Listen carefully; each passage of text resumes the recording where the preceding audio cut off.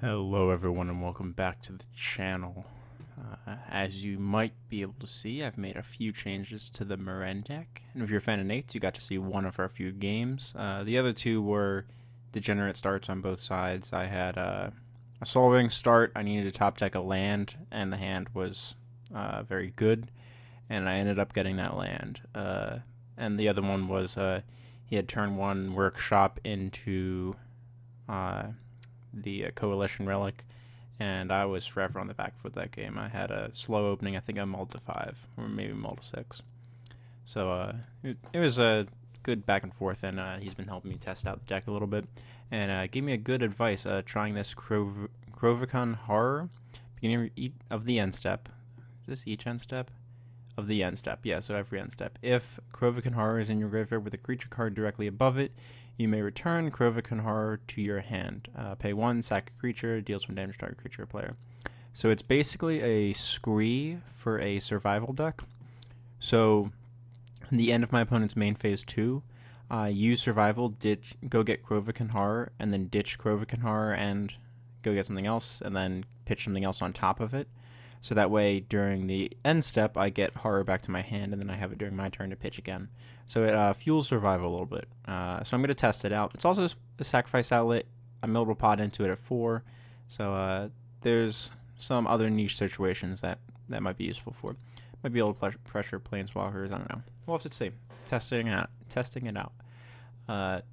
So this list is not currently on the tapped out link that I will put in the description. That is the set 99 that I'm comfortable playing with as a deck by itself, but this is testing at the moment. I have a combo version built as well that includes the Necrotic Ooze combo with Phyrexian, Devourer, and Triskelion. I don't think it's good enough for 1v1.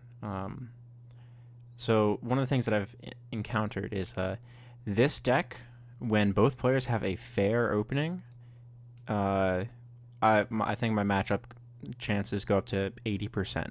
If both players have a fair start, neither broken, neither hamstrung, fair, this deck has incredible matches because it plays a lot of the fair quote end quote cards that produce additional mana. Deathrite, Llanowar, Joraga. Joraga's borderline. I think it's just on the top end of fair, almost overpowered, but not quite. Because you do have to invest 3 mana over the course of 2 turns to get it going. Carpet of Flowers. So this can have very good fair starts, so to speak, and that's where this deck really shines. But when my opponent has a broken start and I do not have a broken start, this deck fails to keep up, it seems. So I've been trying to address that issue. I've added Mana Vault to the list. I've added Hymn to Torok. If you compare it to the tapped out, you'll see that some of the cuts I made. I think I cut.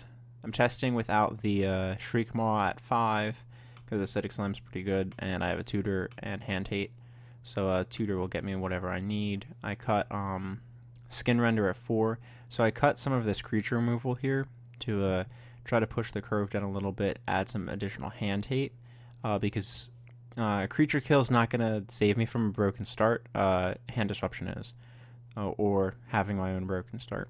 I've added the Imperial Seal back in since my previous video, I believe. I think I might have cut it temporarily. I was testing without it. I've added Thoughtseize to the list. What else have I added? I think the land base has stayed the same. I don't think I've changed anything. Cavern's there, but I believe Cavern was already in the list. Survival. Wall of Roots has been added. I think that's one of the new additions. And this is, I think I cut, I cut Sylvan Caryatid for Wall of Roots because it produces mana immediately. It also is a relevant blocker. Well, Caryatid's a pretty good blocker as well. You have to wait to untap with it. So I don't think I'm going to be hurting for black mana. I'd rather this be able to produce 2 mana per cycle. I cut Corrosion Grip temporarily, and then I've added it back in. Like I said, I have Executioner and Marauder in the deck. I really like having both of them. Diabolic Intent's been added. I don't know how I missed it in the initial search through. It is Demonic Tutor, but you have to sack a creature as an additional cost. Not really an issue for Meren. So without that, let's get into some live gameplays. Alright, what we got? Meren, 1v1. 1 life. Would you like to play some Magic? Nope, you will not like to play some Magic. Alright, let's just set up a lobby. Oh, we got other people. I cannot join this game. Is this buddies? Commander, 1-on-1. Yeah. Aaron Scoob. Scoob A? What art is that?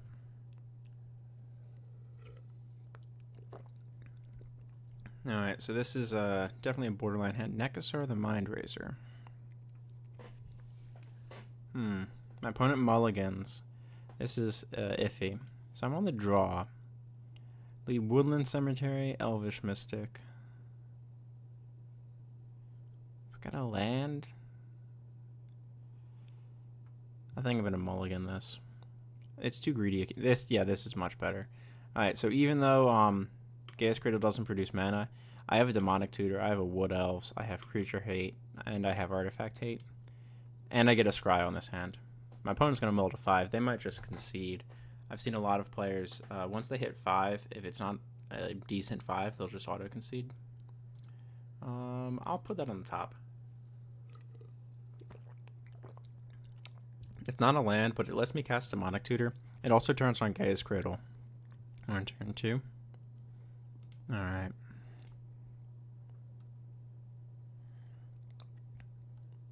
F6. My opponent leads Guildgate and immediately tells me it's not as competitive a deck as Nekasar can be, because that deck does not play Guildgates. Alright, let's put Bird down. Let's play the Cradle. And let's ship the turn. So now I can leave up this Nature's Claim. And that's why I kept the bird here, because it turns on my other land. I could just try to scry to the bottom and get another land, but I'm immediately rewarded because they play this juicy Nature's Claim target. No, I would not like you to have that much mana. Opponent. Vanessa Vastwood Seer. So this gets me Basic Forest, this gets me Black Source, I could DT for Dryad Arbor, 1-2, no, it doesn't do it. I don't want to spend DT on that. Let's use the Nissa here. And the reason I'm using the Nissa is Wood Elves puts it into play, so if I top deck land next turn, I don't want to be using Wood Elves puts it into play. Nissa puts it to my hand. So if I draw a land, I want to be able to play that land and use Wood Elves to ramp myself further. Nissa just gives me a land drop. She doesn't actually ramp me. She draws me a card, and that card is a land, but it's not an actual acceleration. Nissa is also a pretty good threat that my opponent might want to have to deal with. So if they have something like a Damnation, this Nissa could bait it, while Wood Elves would not bait it out, because they could see the opportunity to take out 1-2 through the Cradle, 3 of my mana with the Damnation here. I wouldn't actually fault them for playing that. Send them with a good luck, have fun, a little bit late, but... So next turn, I have Birds of Paradise, but I don't have fuel for Contamination yet. If I can get Freyalise down, I'll DT for Contamination. So 1, 2, 3. Capsize. That seems like really bad value. I'm not sure what that was about, especially when... Alright, so... Free spell. 1, 2... Green. So now I'm going to play Nissa. Get a forest. Play the forest. And so I'm going to... I could get Contamination here, cut him off. A lot of mana, yeah. Contamination will just end the game, I think. So let's DT. I could get him to Torak.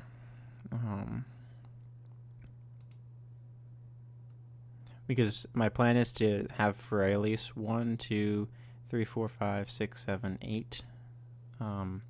Which is enough for Freyalise. Oh, they're just going to concede. They concede to Demonic Tutor. Fine by me. Still a W in my book. Alright. let's just host a match.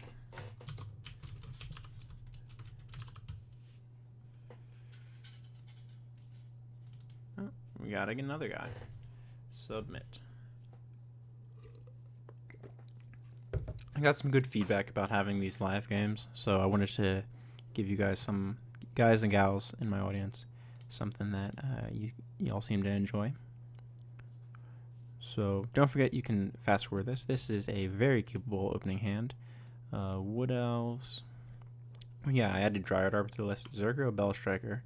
Almost always a tempo land destruction, so I'm going to keep this hand. It is fairly resilient to land destruction. And I'm going to leave on the forest just because they might have wasteland. So F6 their turn. Zurgo. Creatures. Can't block creatures with... Oh. Zurgo doesn't block. Okay. Notable that, like, he can't block Meren or something. I'm just gonna F6, F6. I have F6 bound to my mouse, which is the 2 button. Yeah. I would not like to block. What do you got? Mishra's Factory. Fine by me. And I get Demonic Tutor. Wow, this, alright. So I'm gonna play Forest. Untap Forest. 3 Wood Elves. I have nothing to do with the mana. Get Overgrown Tomb. Tapped. Ship turn. And now this gives me Meren the following turn.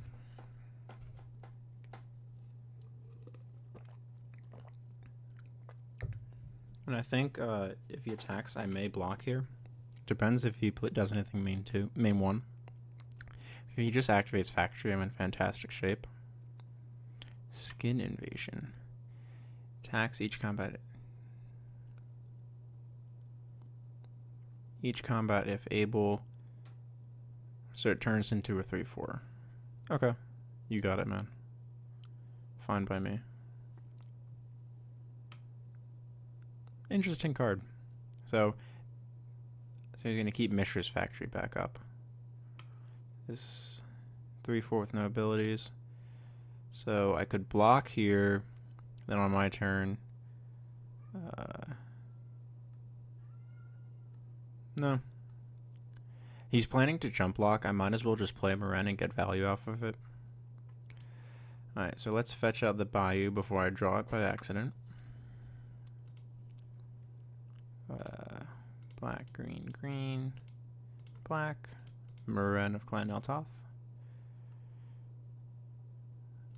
Attack with Wood Elves. Would you like to block?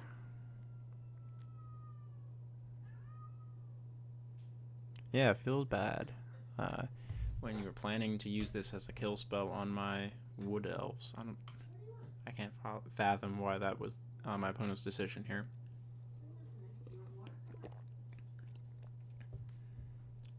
Let's see. Gonna block. Activate Factory. Look, I feel like this line's been committed to. You got it, man. I will happily give you the 3/4 because I got a Wood Elves out of it.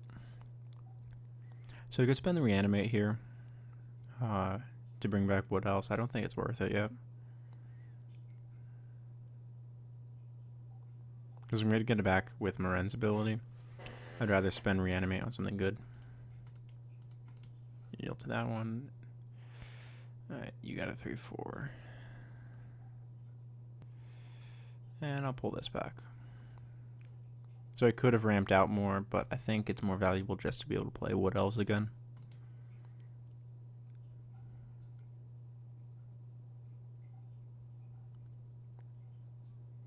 And when my opponent attacks, I fully intend on blocking the Skin Shredder. Skin Shedder, not Shredder. Interesting. This was some fantastic art. Check that out, guys and girls. Fantastic art in that set. Stoke the Flames. Killed my Meren. Alright, you got it. I will no longer block. I would have... Is that an instant? Yeah, should have attacked. Waited for me to declare a block, then kill Meren. Get a 2-for-1. There's this... Nissa. Speak of. Alright, so... Let's get Wood Elves down. Get a forest. I played a land. Let's... Ooh, I should have put Meren to the graveyard so I could reanimate Meren.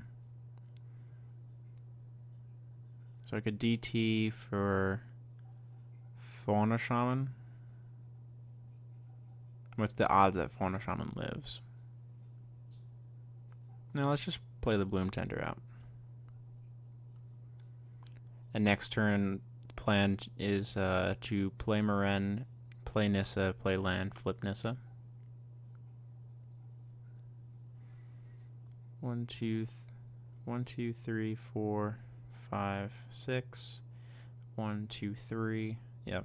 I'll have exactly enough to do that, and then one left over because I'm playing Urborg. Try to flip Nissa over. Hellrider. 2 defending player.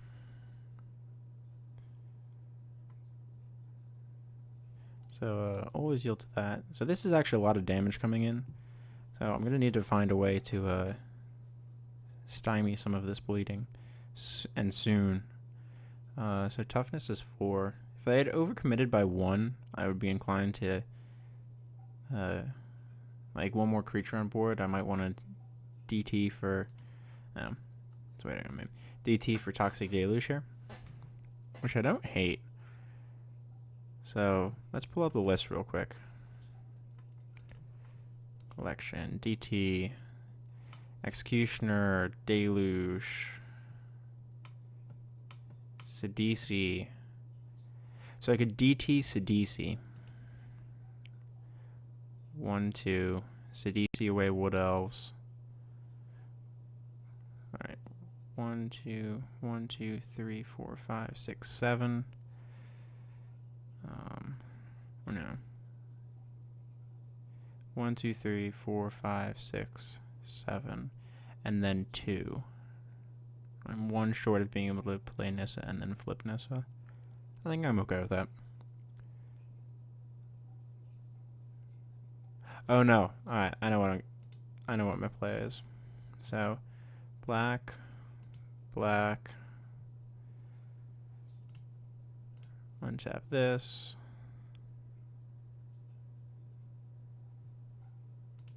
Black. Demonic Tutor for Sidisi, Undead Vizier. Did I mistap? No, I didn't. Sidisi, Undead Vizier. Black. Sidisi. Exploit Wood Elves. Yes. Get my Toxic Deluge. T. Tap for 2. Play Urborg.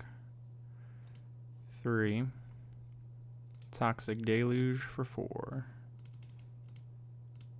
This also gives me a blocker.